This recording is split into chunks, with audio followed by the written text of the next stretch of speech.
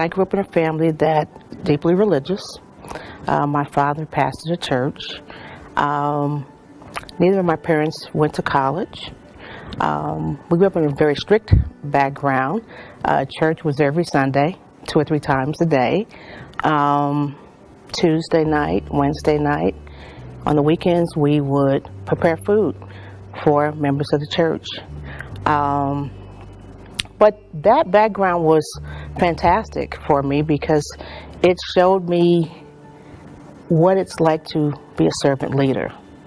I truly believe my father embodied that, and that I think that's where I got a lot of my feeling about service and my desire to be a public servant.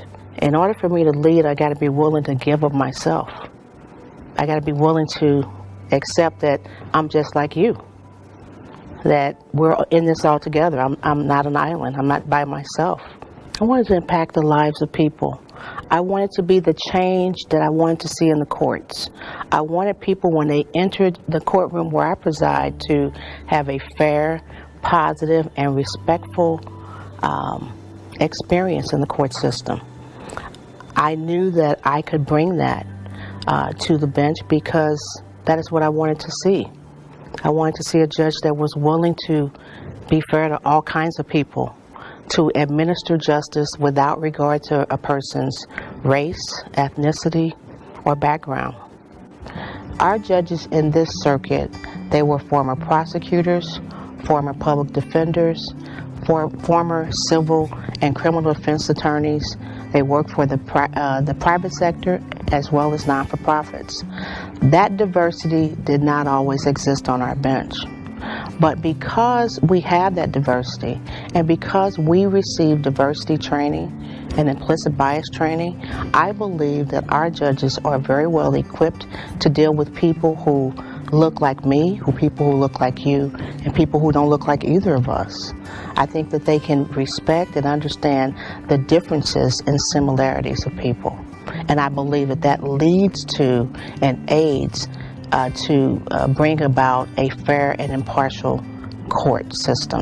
And I think we have that in St. Louis County. I come out and I smile. I say, good morning, ladies and gentlemen, and welcome to our court. I let people know that this is their courtroom, and I hope that that puts them at ease. I do believe it does. When I speak to them with respect, whether they're old or young, whether they've been charged with a crime, whether they have been alleged to have not paid a debt. I treat them in the same manner. People feel better because of that. And so for that reason, that any negative energy that may have entered the room, I reset the atmosphere when I come out.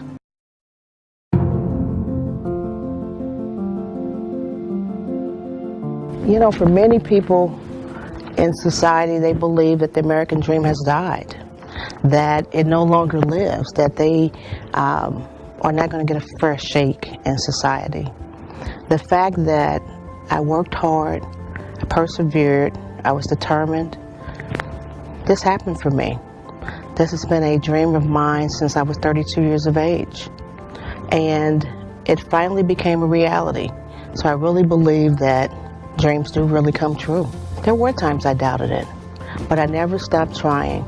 I never stopped persevering.